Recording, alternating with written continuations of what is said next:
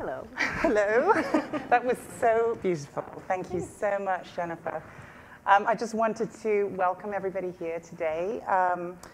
This is the second in our live streamings that we're putting on through Concert Artists Guild, which is a nonprofit that discovers and nurtures and promotes young musicians.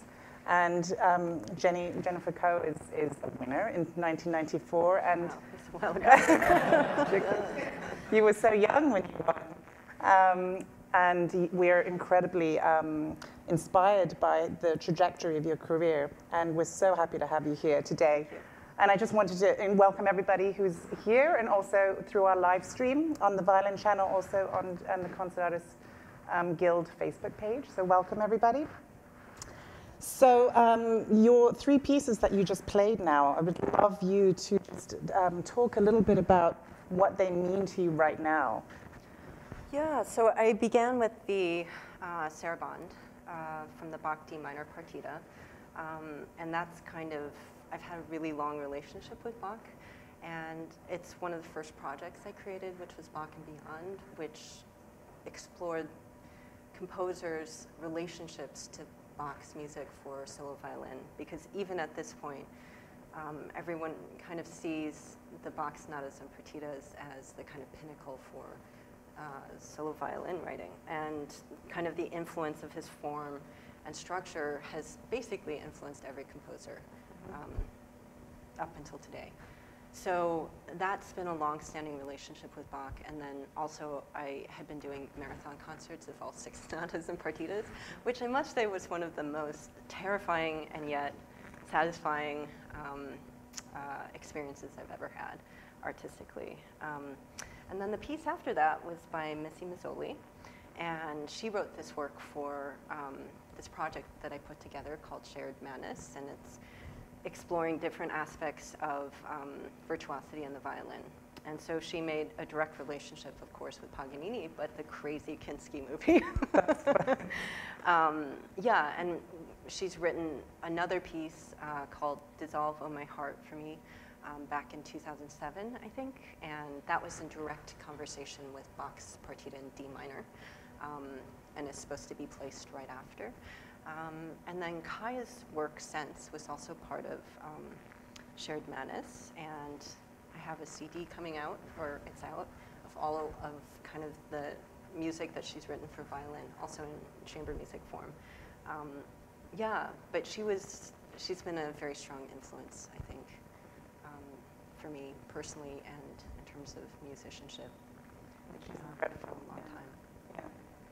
I mean, I think, you know, for us looking at your career, what's striking is that you seem to really be able to, you've come through a very, very classically rigorous training, but yet you've managed to carve out a career that embraces that, you know, incredible high level of playing, but also an innovative and authentic to you, a career path.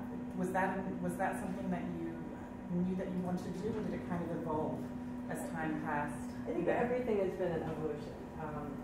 So I went to Oberlin College, and I got an English degree there. And oh, really? Yeah.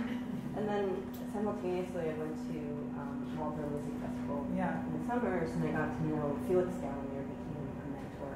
And his experiences with Schoenberg and Berg and Webern and Ravel were incredibly inspiring, especially when I was playing Schoenberg's second quartet with him. So not only did you see the evolution of Schoenberg essentially encapsulated in that string quartet, which is kind of amazing, but then also his relationship and his knowledge of Schoenberg's music, and then I studied the Berg Concerto with him later, as well as Schoenberg Fantasy. Yeah, so he was just an incredible mentor. And then I got my English degree, I guess.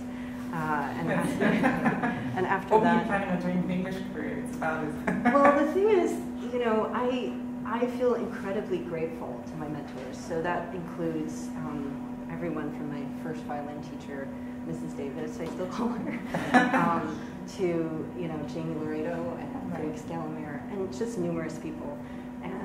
And I told my teacher, Jamie, I still call him my teacher, although he keeps saying, I'm not your teacher anymore. But, you know, I'm incredibly grateful to him because, in a sense, I never had faith I could make it in music. That's not a history in my family.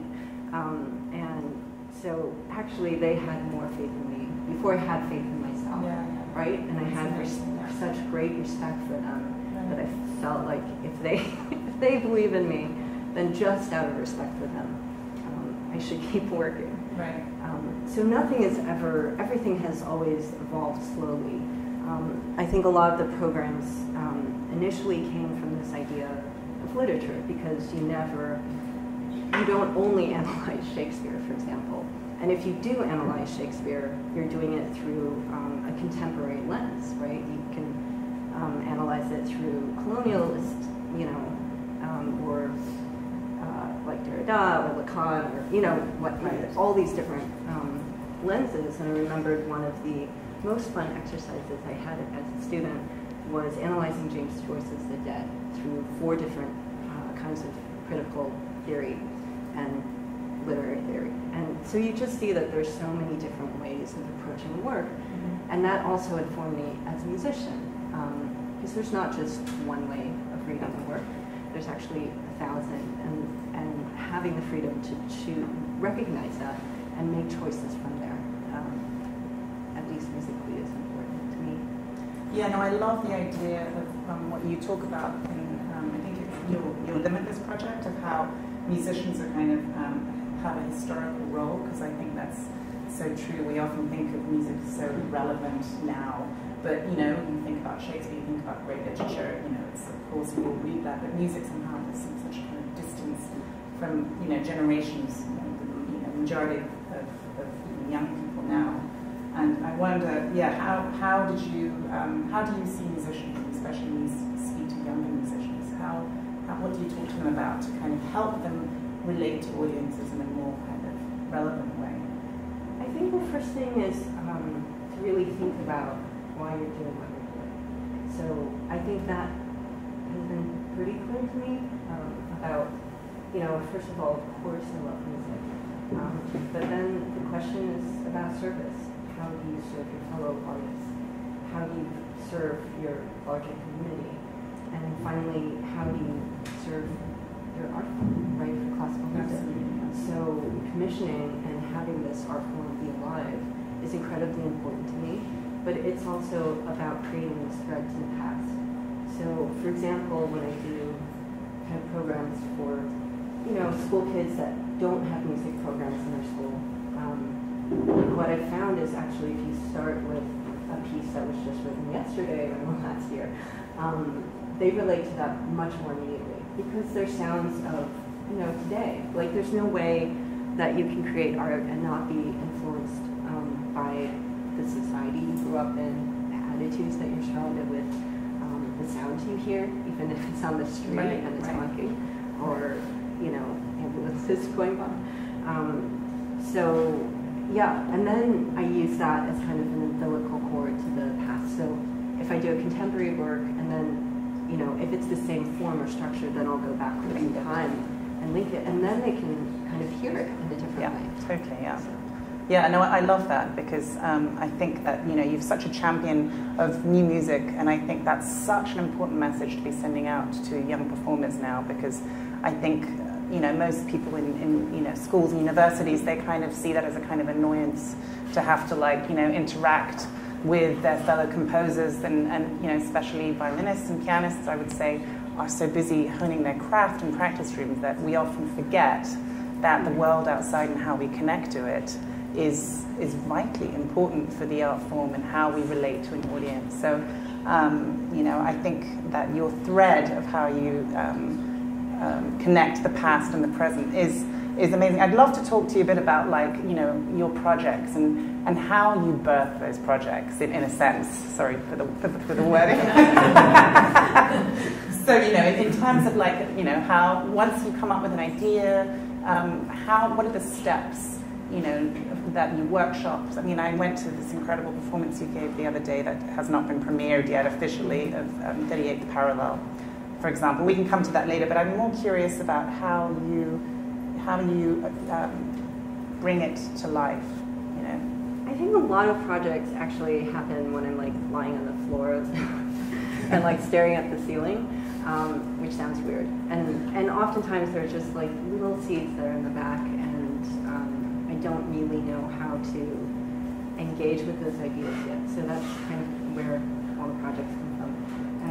And then also, of course, getting to know composers, getting to know people in general, and you see how they see the world. Right. And there's something really beautiful about that, because I think as a musician, that's what your job is, in a way. It's to create this totally immersive experience, but that it's like that composer becomes part of your DNA. It's almost like this kind of interesting alchemy. So even when you're having conversations with other people, I feel like I learn from other people constantly, you know. And I mean, this is like not a natural conversation, obviously, because you're asking me questions and questions, right? So it's not balanced at all. But I think in general, I find other people way more interesting because I already know what's inside my own head. Right, Tanya, yes, absolutely. But that's amazing because not everybody thinks in that way, obviously. But so you're really listening to the people that inspire you. It sounds like it, and you get ideas from. Yeah, but it's like music. No, right? of So course. we have all these tools as musicians, right? Because. But I mean, I think that's quite unusual in the sense that, you know, I think as musicians generally, I can talk to this because I'm a musician myself. So I think we're quite absorbed creatures in a sense because we're so neurotic about being, you know, the best of the best for ourselves that you forget that actually start thinking about our own neurosis and what actually can we give back.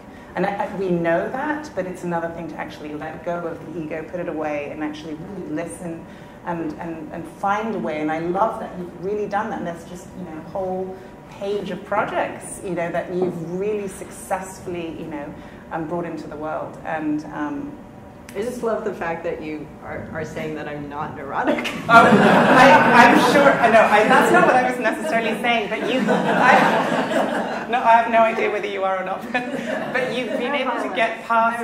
That's funny. You're able to get past that. I mean, we all have a neurosis as musicians. I think it's natural, especially violin, and you know, it's such a famous kind of neuro. Sorry to the violinists and pianists. I mean, because it's so difficult. I mean, it's just such a fine tuning of skills that's needed. So okay, fine. You're listening to the community, and I think that you've said that. That is an incredibly important part of being a musician, is listening to what's going to on. Concerts. Yeah, that's my favorite thing in the world to do. Right. Actually, going to theater. I remember at school, I was one of maybe only 2 students that took advantage of free tickets to Philly Orchestra, and I went every week that I could. And to, at the time, Philadelphia Chamber Music Society, same with Cleveland Orchestra when I was at Oberlin. Right. So in a lot of ways, I don't know that one can create a sound until one can imagine it. And a lot of that imagination comes from hearing other great players. Or even if it's not great, you know, you learn what not to do, or what you don't want to do as well, which is really valuable. So I think that was one of the best lessons I've learned. By going to other people. And then, okay, so you've gone through and you've gathered your threads of inspiration, and then you obviously want to make it into a project that's inspiring to you, but that's also practical enough to take on the road, right? So even the 38th parallel that That's not practical. Well, I was going to say, it was an amazing performance and very personal story about you and your family from, you know, North Korea originally, and then you take us into a whole different sound world, but you need a lot of components to make that performance work. So, can you tell us a little bit how you workshop that and how you get the word out to presenters or about each project? Well, I want to just mention, especially to younger musicians that might be listening or watching this, that every project that I've ever done people have told me it won't work for years. I love it, yes. Every single one, whether it was Bach and Beyond, Bridge to Beethoven, 2x4, literally every single project. Interesting. People have told me you can't do that. That's not going to, sell. No, there's no market for it, and then you just keep doing it. And I think for younger musicians too, the most important thing is the music itself and practice. Like, you just hone your craft, and then eventually, you'll be able to be given the space to do what you really believe in. And but I don't want younger musicians to think it's just all just handed to you, because it's not. I would be delighted if you'd speak to that fact, I mean, it's definitely not. But the most important thing to always, when I wake up every morning, the first thought in my head and every action I make, and they're tiny little decisions throughout the day, right, is that I want to be a good musician. That comes first. That comes before anything else. Right. So maybe that's part of the violin neuroses. Yeah, but I think that's the most fundamental thing, because if you're in music, there has to be a dedication to the actual music. So. Yes. But I forgot your question. No, my question was okay. So, for example, you can use you can use another project if you want. So, let's say some young musician has a great idea that's possibly highly impractical or practical. How do they figure out if it works or not? How can they? Because sometimes these are very kind of lofty ideas, and how do you make it more concrete and workshop it in a way? How do you workshop most of your projects? No, this is a different situation because it's fully staged. Right. So once you involve video, electronics, lighting, you have to have workshops, libretto. So that's just not possible. In a sense, I think in general, the main thing I concentrate on is trying to work with the best collaborators I can. And I think that could be done on any level, whether you're at school. I've always worked with the people I really admire artistically, and it might not always be the most simple, fun. Well, I really did like Einstein on the Beach. It was kind of like very intense. And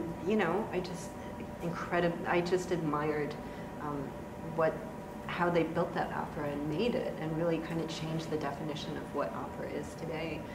So both Philip Glass and Robert Wilson. So it wasn't the easiest thing, because it's 4 hours long straight. But it was incredibly rewarding. So always choose the people you really admire artistically. That absolutely. I'm sure that's so true in not just the music field, in most fields, is to work with people that inspire you and that you admire. And then your game raises also, right? You learn so much. It's amazing. No, I agree. I mean, in music schools these days, I mean, well, I don't know about these days. In my days, one barely interacted. I barely interacted with anyone outside the piano department, just because that's how it was.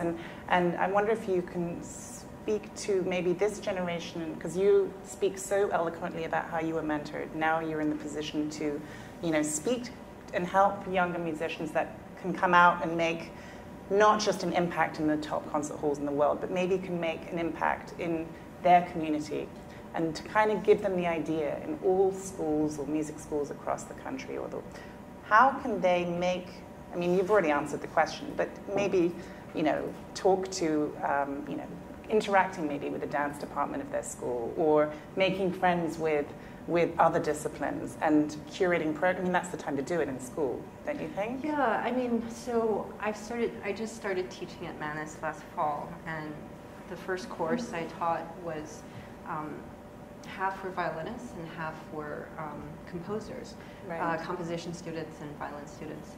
And there was I wanted to set up the class specifically that way. And the violinists were studying Bach sonatas and partitas, and they were partnered with a composer. But I made all of the composers actually sit in on all the coachings of Bach, because I felt that it was important that they learn from their colleagues their violin colleagues what we work on as instrumentalists. Right, right, yeah. And then I also felt it was important for both of them, both sides would learn how to communicate with each other, how to collaborate, how to learn from each other. I think, you know, the violinists learned a lot about how composers think about structure, but even in that sense of thinking about structure and form and harmony, they're learning how that applies to Bach or any other piece that they're playing. So, you know, when I was in school, I didn't collaborate with the dance department or anything like that, but I was lucky enough to be around, well, I did live in a house with like 2 different DJs, but which was ideal because I could practice at any hour, and they were just spinning like at every hour of the night as well. Really? Yeah, but I was lucky enough to, you know, I am friends with people that were majoring in English or linguistics. Well, I think that's key, that you were actually majoring in something other than music, so naturally your contacts were, you know, broader than an average musician in that sense. But I think that your message of learning how to work with a different discipline, even in your own, even in the same field, is incredibly useful, I think, to everybody. How do you balance your work life? Because you're such an incredibly dedicated and hardworking musician. How do you actually balance that with your own life? How do you take care of yourself on the road? And what are things that you do to take care of you, the person? You know. I don't know. You know. Or do you? Well, you know, I kind of. You know, I don't see myself as a violinist when I'm only in the room practicing or in rehearsal or on the stage, right? Mm-hmm. I kind of see the entire world through the lens of being a musician, right? And that's how I relate to everything. Right. So in that sense, the things I enjoy, you know, like going to concerts, I love going to theater. You know, well, I don't do as much visual arts. Yeah, so, you know, that is incredibly rewarding. Do you exercise? Do you eat well on the road? Do you do meditation? I mean, I go through phases. Right now, I'm not in that phase of any of that. But yeah, I do enjoy swimming a lot.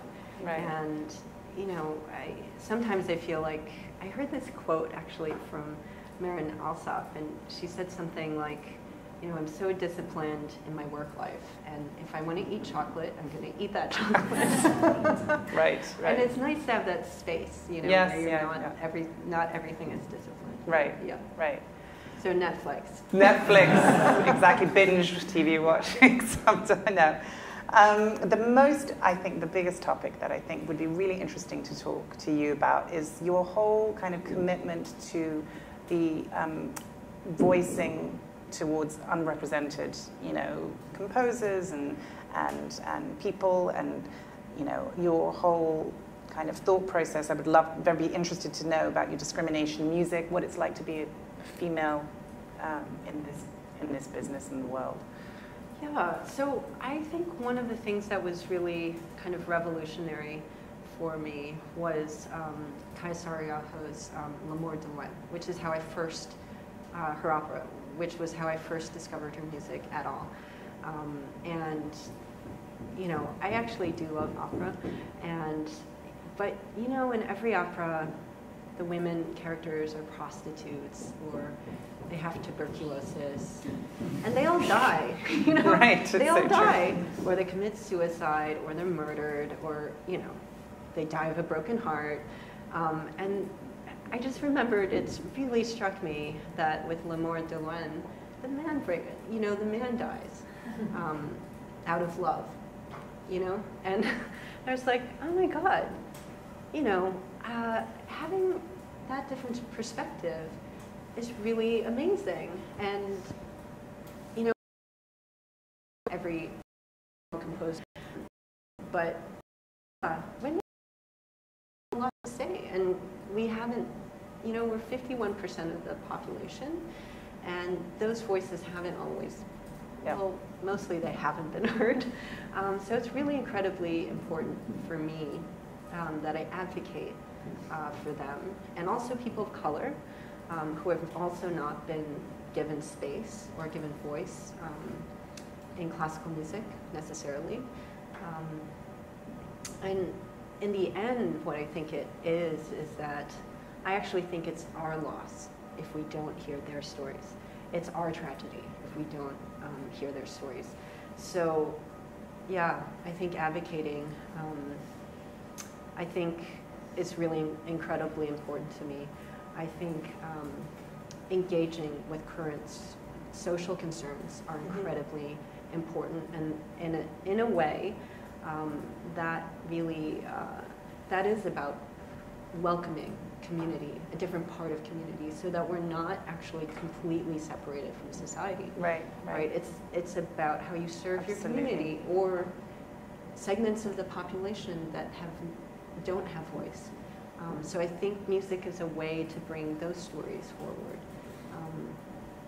So Yeah, that's really I agree with you, and I think that actually we've changed, even CAG has changed a lot of the criteria for our competition, because I think now we're looking to find musicians that are not only incredibly beautiful performers and can relate through their music to an audience, but also an artist, you know, like you, that cares about the world that they live in and knows, or is at least got a curiosity and a willingness to kind of explore what it takes to listen and to connect and engage, I guess, with wherever they live, and everywhere is different. I mean, I know that you did the New American Concerto project, for example, and that is about, tell me a little bit about that project, because you talk a little bit about what it is to be an American in America today. I mean, how did that? Yeah, first of all, I just want to clarify that I choose composers that I really believe in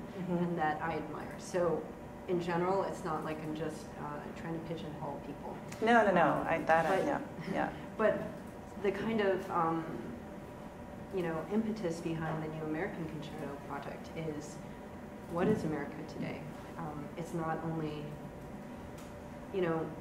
since the immigration policy change in 1965 in the United States, where there stopped being quotas based on race, racial immigration, who knows if that might come back. But so the makeup of America has really changed. And there's something incredibly exciting and something incredibly creative about this kind of beautiful experiment of bringing people together from different cultures. And we wanted to, create a project which celebrated that, celebrated who we are now, and take pride in that. Who are we now? Well, it depends. Which ain't, no, of course, I'm not asking you any kind of putting you on the spot, but I'm just, that's a question. Yeah. I mean, yeah. So to go one step further from this idea, it was also about exploring what are those concerns that we as Americans have. Right. What is this American voice with all its kind of multiplicity, which is kind of beautiful, this fabric of who we are. So yes, each concerto kind of engages with a different social concern. So the first concerto was by Vijay Iyer. It's a continuous project. And oh, that's great. So it's ongoing all the time. Yeah. And this engages with, well, it's dedicated to Vincent Chin. It's called Trouble, after Representative John Lewis often says with political change, it's actually good trouble. And so it's dedicated to Vincent Chin, who was a Chinese American who was beaten to death in the 80s by auto factory workers in Detroit because they thought he was Japanese, and while they were killing him, they said he was stealing their jobs. And that was before hate crimes legislation in the United States, so they got off with a fine.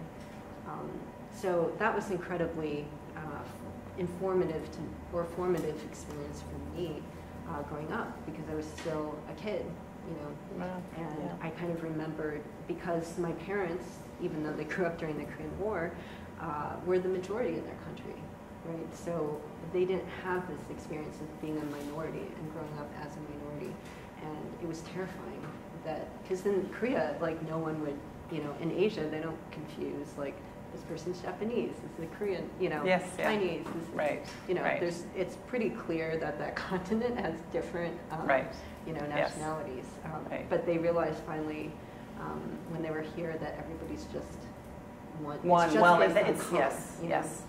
which is They can't differentiate, yeah. And then Chris Sarone's concerto was next up, which was premiered by Detroit Symphony. And he actually, this was totally not on purpose, but he was engaging with the idea of human labor being replaced by machinery, which was a strange subconscious connection. And then Courtney Bryan will be writing a concerto, Missy Mazzoli, Nina Young, Andrew Norman in there, but we'll see. That's great. Yeah. So when you've taken these projects on the road and you're... Taishan, sorry. So sorry. Oh, good. Well, good. You can keep piping in with... I'm trying to just... Oh, and Lisa Vilava. I don't want to forget anybody. Yeah. Okay, Lisa Vilava. Is that next, Courtney that's Bryan, next year. Taishan Sori, Nina Young, Missy Mazzoli. Okay. That's great. So, I mean, from even the past projects that you've had, when you've gone to various cities, do you talk to the audience? I mean, obviously, it's an interesting thing because we as musicians can also be, I guess, cultural ambassadors. And I'm wondering, like, what kind of conversations one could have, or whether you have had, with what seems to be such a fractured world right now, and whether musicians should be political or not political, or open conversations. Listen, what are your thoughts on that? I just think we are who we are. Yeah. So, you know, everyone's different. Yeah. Everyone's point of view is different, and that is a value. You know, having your individual perspective is a wonderful thing. So I don't know if one is, you know, really interested in, you know, film, or I'm just making up like the most ridiculous examples, but or if the one interest is like video game music, like or something like that. So, for example, Andrew Norman wrote this incredible orchestral work called Play, and it was based. It's a classical music work, yeah. But it's based on. The reason it's called Play is because it's based on passing each level in a video game.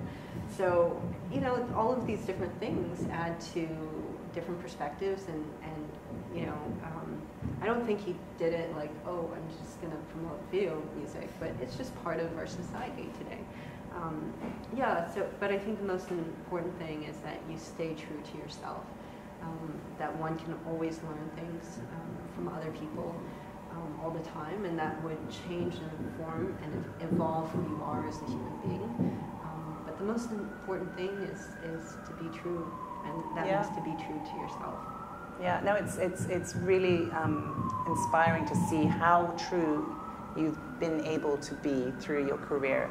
And I don't think it's necessarily that easy to be true to yourself, because I think classical musicians especially have been so used to being told what to do, or criticized, or, you know, not criticized is the wrong word, but constantly getting feedback. And so, you know, they're a little bit passive, I think, in their way they relate to the world.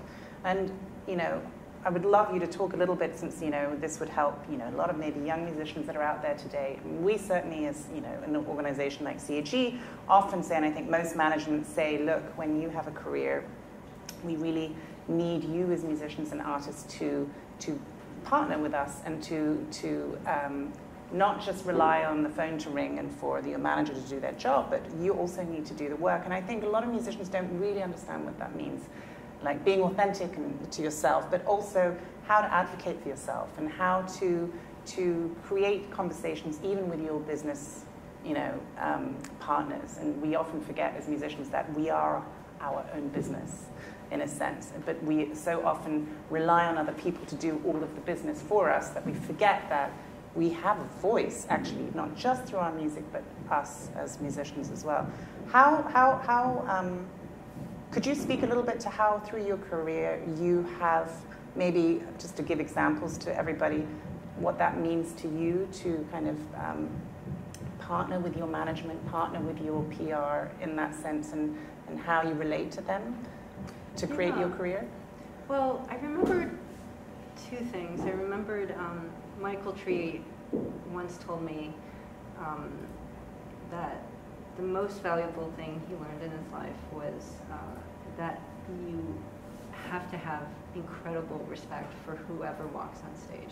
And there's a kind of respect, and because anybody that will put themselves out there, yes, you have to have respect for them. So, and then I also remembered Jamie always told me, never believe the good reviews, because then you have to believe the bad reviews. Right. So that felt, so I think both of those things kind of informed a lot. And I think to that extent, I think I also have a great deal of respect with the people I work with. So whether they're, you know, musicians, or whether they're managers, or whether they're publicists, they really know what they're doing, you know? Yeah. And it doesn't mean that, you know, and I have great respect for my friends and fellow musicians. So if a musician says, I just hate Bach, that doesn't mean that you never play Bach, but maybe you need to think, why do I love Bach? So first of all, you know, when I work with people, I really, I try to choose people that I really respect again. Right, so right. That's a huge part of it. And then really trust that they know what they're saying. And there might be some point that you, of course, you might disagree with somebody, but then it actually makes you think more, right? But you're not coming. They're not coming to you with ideas for projects. You are going to them, right? I mean, yeah. But I go to them. I mean, they're incredible because they are like, oh, this is a project. How do we make this? They, of course, they facilitate. Yeah. No, but I mean, So, I think it's great that there's partnership in that sense. That, it's definitely a partnership. Yeah. And it's definitely, in that sense, I really think of it like it takes an entire village. Right. It really does. Right. And everyone's kind of expertise and is different, right? So I spend all of my time thinking about music and enjoying it and making projects and stuff. But, you know, a manager is dedicating their entire time to their artist, thinking, how do I give, you know, this artist I believe in a chance, or a chance on the stage? And so all the people you work with, they're really good at what they do, and you have to trust them. And it's a discussion. I guess it's like any relationship, right? I like, think you're really absolutely need right. Yeah. to not leave the toothpaste right open. Right. No, that's fine. I mean, it love goes to like the simplest thing. Yes. Yes. Yeah. Well, I think that we're coming to a point where we can actually ask, get some questions from the audience. Before we do that, just the final question to you is, from me, is if you could tell yourself, if you could talk to yourself, you know, even 20 years ago, what would you say in a nurturing way to that younger girl as you start your career? Oh, I think everyone, when they start, it's, or at least for me, I probably would have said to myself, it'll be okay, don't worry. Right. Yeah. But I would say that to myself like 2 years ago. That's, I know, I think we can all say that us to everybody. Like last month. Yes. I love it. It will be okay, yeah. It's not like heart surgery or brain surgery where someone's going to die in front of you, in your hands. Oh God, yeah, I hope not. Or not, yeah, we definitely hope. All right, so let's get some questions. I'm going to look at my phone because people are texting me questions, so I'm not checking my email, everybody. So actually, you know, I had a lunch with Eddie from American Composers Orchestra, and he had a question for you, as someone who absolutely respects your career and what you've done. So his question is, as someone who has devoted a lot of your career to contemporary voices and new works, what role does the canon repertoire play in your life now? So I guess the traditional repertoire. What's it like to go back and play Tchaikovsky or Mendelssohn? Do you look at these pieces differently because you work with living composers so much? That's a lot of questions. That's true. Okay, so you've devoted yourself. So what does it feel like when you're playing, you know, more traditional, like, you know, when you asked to play Sibelius concerto? I mean, does it feel you know, I think what he's trying to say is, how does it feel when you play something? Is it like, oh gosh, I've got to play something, or is it like, oh, I'm so excited to play? Yeah, I mean, I don't really approach new music and kind of the canon in any different way. Yeah. And if there is, and to be honest, the majority of my concerts are canon repertoire. And it seems to only be on the coast that it's really. But yeah. What do you mean on the coast that? The East and West Coast. That's not true. I do play some of these programs like Shared Menace. Yeah, and I just did it. What am I talking about? Limitless. Never mind. I'm being silly. But yeah, the majority of my work is actually canon repertoire. The one thing that I will say as a musician doing new music and working with composers is I actually found it incredibly liberating in terms of approaching the canon. Because I came up through a kind of schooling in Marlborough and at Curtis where, you know, everything is always about serving the music, which I think is a wonderful, wonderful philosophy, that we're only vessels in a way for the music. But that can also be incredibly intimidating when you're dealing with somebody like Beethoven or Bach.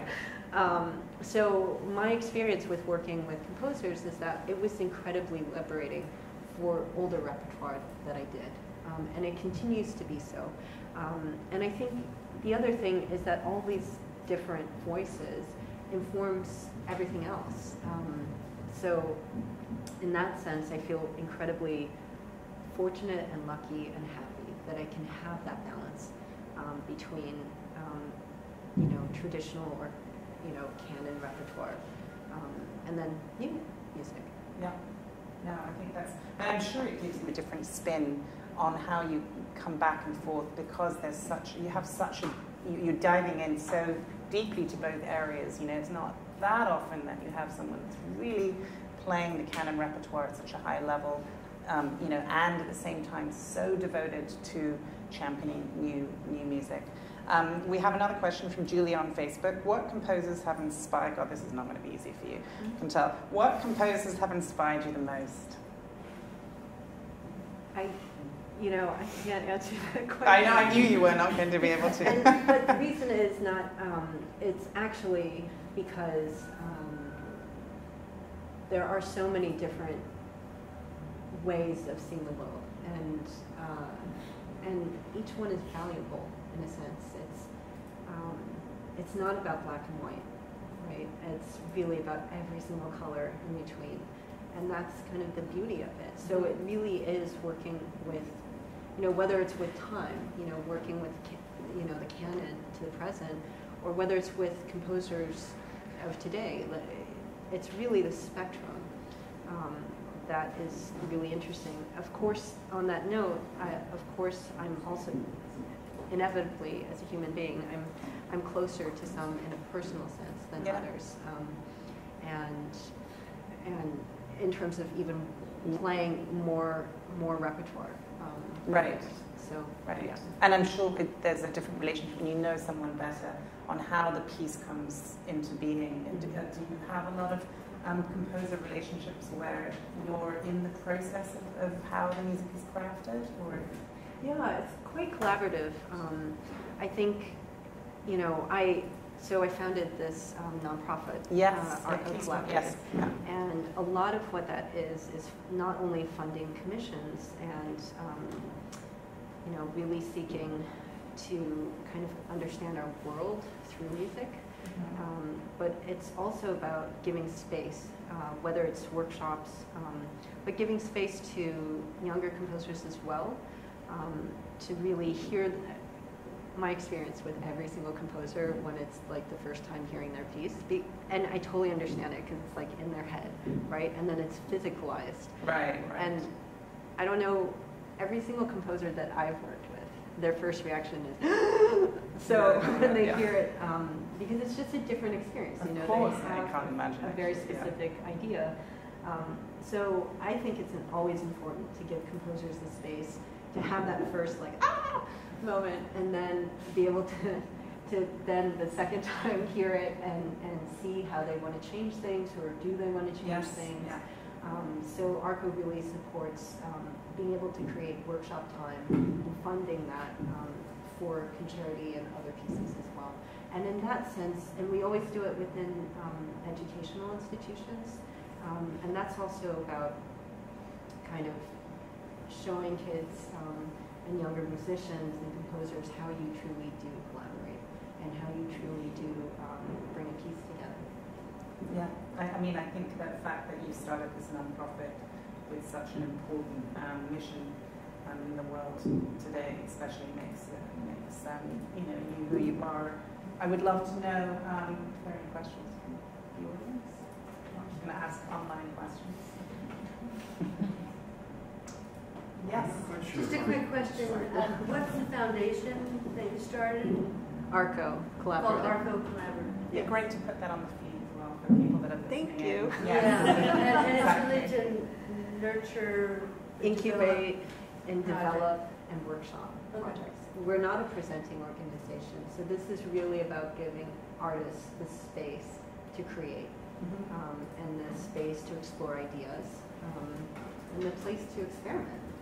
One of the things I always tell composers is think big with no limitations, Right. with no concern about the size, and then we can work back if we need I love to. that. That's great. And that's kind of the point of ARCO Collaborative. And that's why I created it. So Yes. it's really artist-led ideas. That's great. And then a lot of the commissions that you've had have been fed and come out through ARCO Collaborative, right? Yes, which is great. Again, I'm not quite sure how to ask the question, but I'm impressed with the breadth and what I'll just call maturity of a lot of your observations, as opposed to a purely, performance sort of conversation here. And I'm wondering, let's say 26 years ago, before you got the Concert Artists Guild Award, do you think all these things were, all these thoughts and openness to a variety of things were within you at the time? Or is this something that the last quarter century has, and all the life experiences that you've had, have created in you?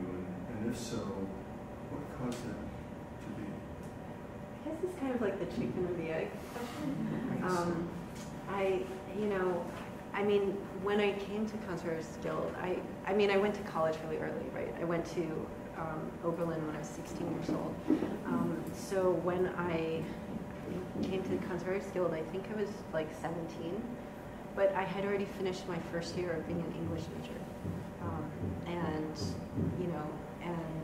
having that experience of, and that would only evolve, right? So there was a balance during the year, and then in the summers was like intensive, music things, like going to Marlborough Music Festival, which is like 8 weeks long.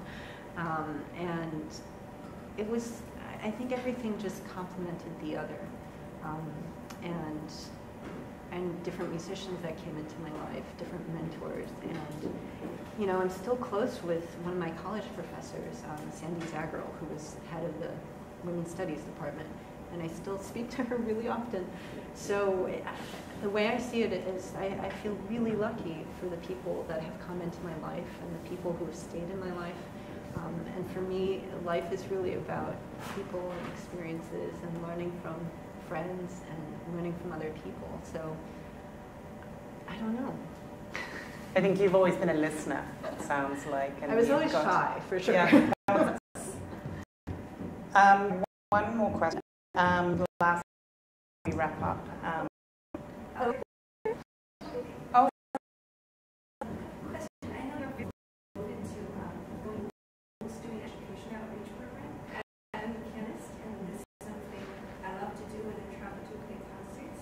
And I know you develop a variety of programs specific for age groups. Great So question. I was just wondering, but because I feel like I'm very good with kids, especially younger ones, which are trying to explore what works for them and what I'd love to hear. Well, I think you know what you feel about, first of all, but one thing that I've learned, I can't handle like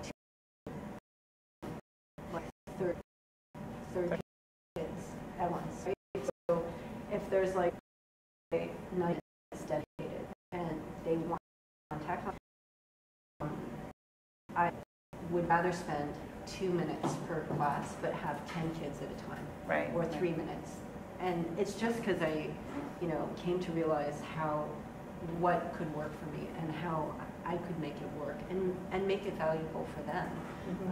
So there's certain things that you can kind of modify in terms of that. And it doesn't mean you work with less students, but you just figure out what works for you. Right. The question was to do with, when you go into schools and you interact with children and how one can prepare and discover how you can relate best to different age groups, right? Yeah. I think that's part of what we as an organization can do better of helping you do that, and that's something we intend to do. So the last question is actually from, was there another question? Yeah. The last question, we have to wrap up soon because we're running out of time, is actually from one of our quartets, Public Quartet, and Nick Revel. And his question is, Jennifer, thank you for your time and wisdom. I feel like these are planted questions. They're not actually. I've never seen this question before. Yeah. They're actually I'm getting texted from the team over there. That's very sweet of you. I know. So I've not seen this question. My question is, especially with new music, how do you discern ahead of time whether or not an upcoming project has a good chance of success? And whether it's something you'd like. Is it a gut feeling or a matter of strategy? Okay, what process do you go through before saying yes? For a project? For a project, I guess, with new music, how can you discern ahead of time whether, I guess, whatever project with a composer is going to be something that you think is... Well, when it's a project that I'm kind of creating I just believe in it and I won't kind of stop until it works. And I think for Bach and Beyond it took like 5 years. But I feel like he's asking whether, when a composer, somebody tells you that this is a composer, do you want to take that engagement? Is kind of the feeling I get from this text question. I guess when quartets or I guess musicians are trying to figure out, before they really have such established relationships that you do, what is going to be, a really good partnership? Does that mean I'm looking at the Invoke Quartet right now? Is that true? Yeah? Well, the first thing that I do is I go to tons of concerts, like we spoke about before, and when I'm interested, now you have the internet, so you can basically listen to almost anybody. And then I always go to live performances. So that's the first thing. Yes. Yeah, and I ask for scores. And but that's not because I've contacted composers I don't know, like DMing them on Twitter. I've cold called them. I've emailed them off of their website. So it's I feel like if you just really believe in that composer and their voice and feel a connection to what they're doing. And most of the time they're really eager to get feedback or to hear from somebody that could even be curious about their music. So the first thing is I really seek out composers as well. That's great, yeah. And I have noticed that female composers, I feel like we're not male composers. Interesting, yeah. And people of color don't have the same opportunities, right? So they're not in all of the higher series that were in the more established venues, let's say. So I do end up going to smaller venues, kind of in the middle of nowhere. And then usually I'll go online, and then the next step is that I'll randomly cold call them. And then I'll see their scores to see how it's laid out. And then, the next thing is like, does this interest me? And if it does, then it's like what I call the total immersion process. So then I ask for every single score. I study every single work of music that they've ever written, and then you come to understand their voice. Mm-hmm. I love that. That's amazing. Yeah, I don't think most people do that. Well, thank you so much, Jen. And it was really, really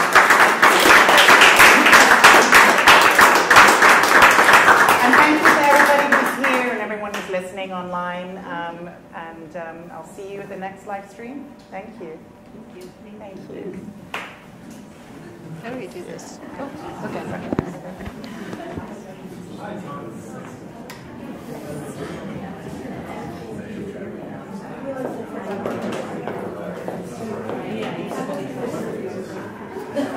you.